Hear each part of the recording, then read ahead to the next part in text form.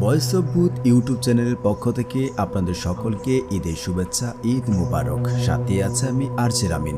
আপনারা শুনছেন voice of ভূত। দর্শক, আপনারা জানেন আমরা প্রতিনিয়তই আমাদের চারপাশে এমন হাজার হাজার ঘটনা ঘটে যাওয়া বাস্তব ভৌতিক কাহিনী আপনাদের সামনে হাজির করা হয়।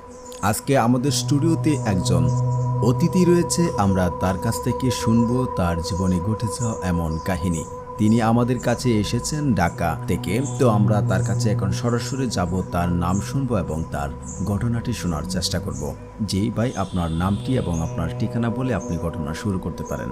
জি, আমি অনেকদিন যাবৎ আপনাদের এখানে নতুন করছেন চ্যানেলটা শুনে আমার খুব ভালো লাগছে। আমিও চেষ্টা করতেছি আপনার এখানে এসে আমি আমার যে জীবনের কাহিনীগুলো, যে বাস্তব যেটা ঘটেছে, এটা আমি আপনাদের সাথে বলবো। তার কারণে আপনার এখানে আসা।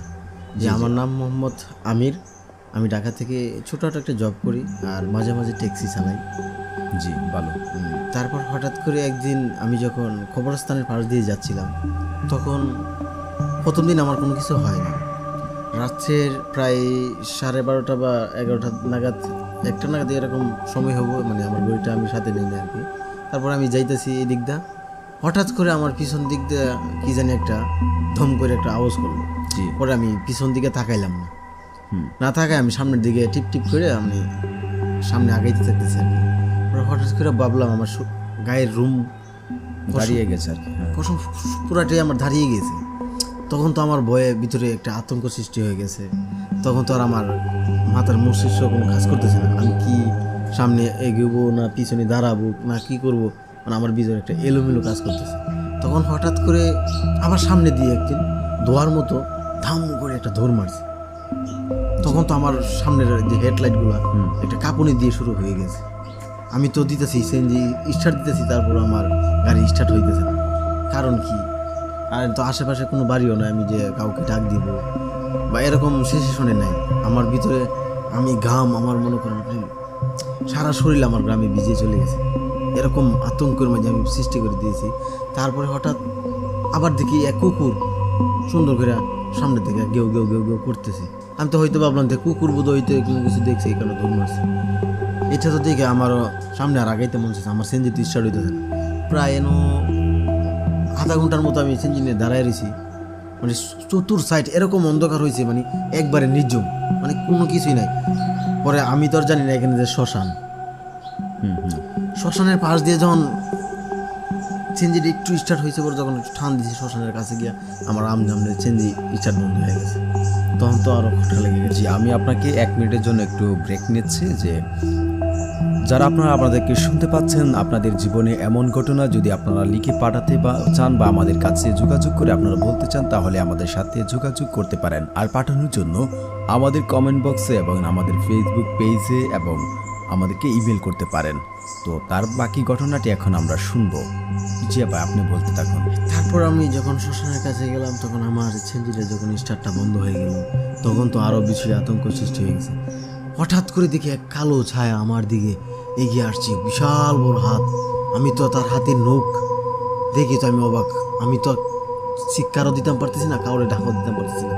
আস্তে আস্তে আস্তে আস্তে আমার সামনের দিকে আগাইতেছে। আমার সারা শরীর কাঁপুনি উঠে পড়ছে। আমি কাকে ডাকবো কাকে ডাকবো, আমি কোনো দিকে কোনো কিছু খাইতেছি না খুঁজে। আমার হাতে একটা ম্যাচ লাইট আছিল, ম্যাচ লাইটটা পর্যন্ত ধরতেছে না। তখন কী করবো ভাই, হঠাৎ করে পরে একজন লোক ওই দিক থেকে মানে গাড়ি নিয়ে আসতেছে। হঠাৎ করে গাড়ি সেঞ্জির, আমি তো ভাবছি আমার কান আইতেছে কী ওর সামনে দিকে নাই।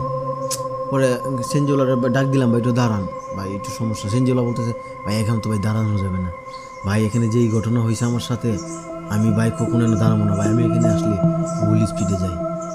পরে উনি আমাকে বলতেছে, ভাই আমাকে একটু হেল্প করেন, একটু আমার পারবো না ভাই, আমার কাছে সম্ভব না, আপনি তাড়াতাড়ি চেঞ্জি নিয়ে চলে আসেন, সামনের যে একটা মসজিদ আছে মসজিদে চলে আসেন, হুজুরের কাছে চলে যান। পরে তো ভাই উনি আমাকে রেখে চলে গেছে। পরে আবার চেঞ্জ স্টার দিমু, স্টার তো আর হইতেছে না। পরে পিছনে মুরগির মতো মুরগির বাচ্চা পুচ্ছা নিয়ে আইতেছে। আমি ভাবছি হয়তো মুরগি, তো সেঞ্জির একটু হাঁটা হাঁটা ডেকে ডেকে সামনে নিতেছি।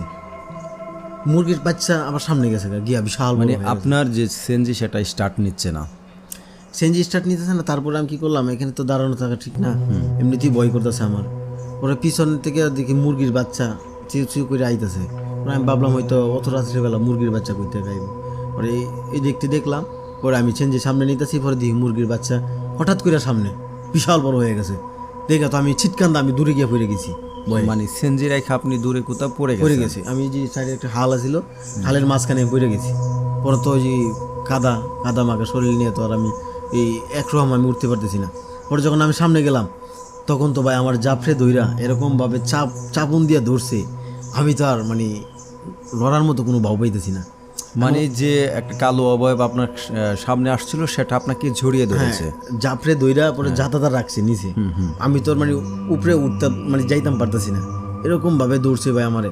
আমি ওনার সাথে অনেক পুস্তা করছি, আমি কোনো কিছু দিই না, আমি শুধু দিই কালো ছায়া আমাকে মানে জাপান হ্যাঁ চাপ দিয়ে ধরে রাখছে আপনার সাথে, এক পর্যায়ে দস্তাদস্তি হওয়ার পরে আপনার যখন আমি এই দেখতে যাইতে, পরে এক হুজুরের কাছে দিয়া সেনজিওয়ালা বলছিল, পরে সেনজিওয়ালা আমার খুঁজতেছে পাইতেছে না, আমি তো ওই যে খুঁজতে করতে। আপনার সেনজি উপরে রাখা, আপনি কিন্তু খালে পড়ে গেছে।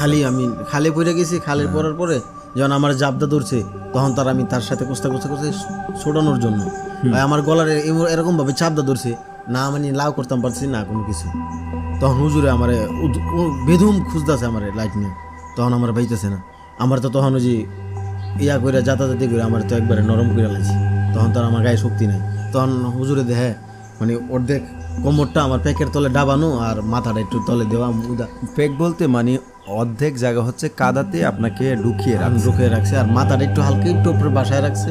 ওর হুজুরে চোখ টিপ দিয়েছে, তো আমার সারা শরীর কাদা, আমার দুইটা চোখ একটু মানে আমি কোনো মতে চাইতে পারতেছি আর কি, ডাক দিতে পারতেছি না। তখন হুজুরে এই ফোন দিছে জানি কারে, 4-5 জন লোক আইছে, আয়া পরে আমার নিচ থেকে ঠান্ডা উঠেছি। উড়ানোর পরে হুজুরে কইতেছে তুমি ওটা একটু গোসল করো, হলদি পানি দিয়ে গোসল করো। গোসল করানোর পরে সব কিছু দেখতেছি। যখন আমার গোসল করাইছি, তখন আমার গায়ে থেকে মানে এত পরিমাণ মাছের বিজলা দেন না, সবচেয়ে মাছের বিজলা বলতে মানে মাছের যে আঁশগুলা থাকে, হ্যাঁ এইগুলো মানে বিজলার মতো আমার সারা শরীর মনে করেন পেনার মতো অনেক মানে এরকম ভাবে বের হইতেছে, মানে বলার মতো না। আমি 2-3 বার বমি করছি। করার পরে হুজুরে আমার জারপুক করতেছে, করার পরে দেখলো হুজুরে একটা পানি পরা দিছে, দেওয়ার পরে বমি করলাম 3-4 বার। করার পরে আমি ওই অজ্ঞান অবস্থায় পড়ে রয়েছি, আমি আর কিছু বলতে পারি না। যখন আমার সাথে থেকে গেছে, তখন একাদার্সে 3 দিন পর আমি জ্বরে ভুগছি। হুজুরে করার পরে হুজুরে আমার বাড়িতে নিয়ে গেছে, আমার বাসায় পাশেই হুজুরের কাছে। পরে হুজুরে আমার বলতেছে, আমি সাহেব আপনি যে রাত্রের বেলা এরকমভাবে গাড়ি চালান, এটা কিন্তু ঠিক না। এই যে আজকে আপনি মরার গাড়ির থেকে ভাইসা ফিরে আইছেন। তখনও ভালো করে কিছু বলতে পারি না, আমি হুজুরের কথা শুনতেছি। এখানে আমার জ্বর প্রচণ্ড, মানে বিছানা থেকে আমি উঠতে পারতেছি না, আমার খুব কষ্ট হইতেছে। পরে আমার এখন পর্যন্ত কি মানে আপনার বাড়িতে বা আপনার বাসায় কেউ মানে বিষয়টি এখন পর্যন্ত কেউ তদারকি করে না, মানে জানে নাই? আমার আম্মু অল্প কিছুটা জানে, আমার গায়ে আবার 3টা তাবিজ লাগানো। মানে যখন হুজুরের সাথে মানে আপনি ওই বিছানায় পড়ে আছেন, এই পর্যন্ত কি আপনার বাড়ির লোক কেউ জানে না? না ওরা আগে শুনছে না, মানে আমার যখন জ্বর আইছে তখন ওরা জানে না, ভাবছে হয়তো আমার এমনি জ্বর। তা হুজুরে কোনো কিছু বলে নাই, যে তারা টেনশন করে। ওর হুজুরে যখন গেছে, পরে গিয়া বলতেছে আপনার ছেলেটা এরকম হয়েছে, এই কারণে হ্যাঁ আপনার ছেলেটা একটু ভালো কিছু করেন, যাতে মাছ টাছ কম খাওয়ায়। আচ্ছা ঠিক আছে, আপনি ঘটনা বলতে দেখেন। পরে কি হলো? পরে মাছ আমার দেয় নাই, আস্তে আস্তে নিরামিষ খাইতেছি। পরে হঠাৎ করে হুজুর আমার আম্মুর কাছে বলতেছে, আপনার ছেলেরে রাত্রের বেলা সেঞ্জি চালানো দেন কেন? পরে আমার আম্মু বলতেছে, ওরে তো মানা করছি না যাওয়ার লাগা, এত জোর করে দিতেছে, কি করবো বন্ধু বান্ধবের সাথে ঘুরে। পরে হুজুরে আমার 2-3টা তাবিজ দিছে। প্রথম 2টা তাবিজ দিছিল, পরবর্তীতে হুজুর যখন আমার বাসায় যায়, তখন হুজুরের পরে একটা তাবিজ দিছে আমার। দেওয়ার পরে বলতেছে, এই তাবিজটা তোমার রক্ষা কবচ, তুমি এটা রাখলে তোমার কোনো কিছু জিন আসরে আর তোমার কিছু ক্ষতি করতে পারবে না। তোমার যে দিতে না যেগুলো ধরছে, এগুলো তোমার হয়তো বা কোনো না কোনো এক সময় তোমার আক্রমণ করতে পারে। তাই কারণে তোমার এই কবচটা দেওয়া হইলো। আর তুমি রাত্রেবেলা সন্ধ্যাবেলা একটু একটু আগে মাগরিবের আগে চলে আসো বাসায়। পরে আপনার এই 7 দিন পর আমার হুশ আইছি। হুশ হওয়ার পরে আমি আমার আম্মুর সব ঘটনাগুলো খুলে বললাম।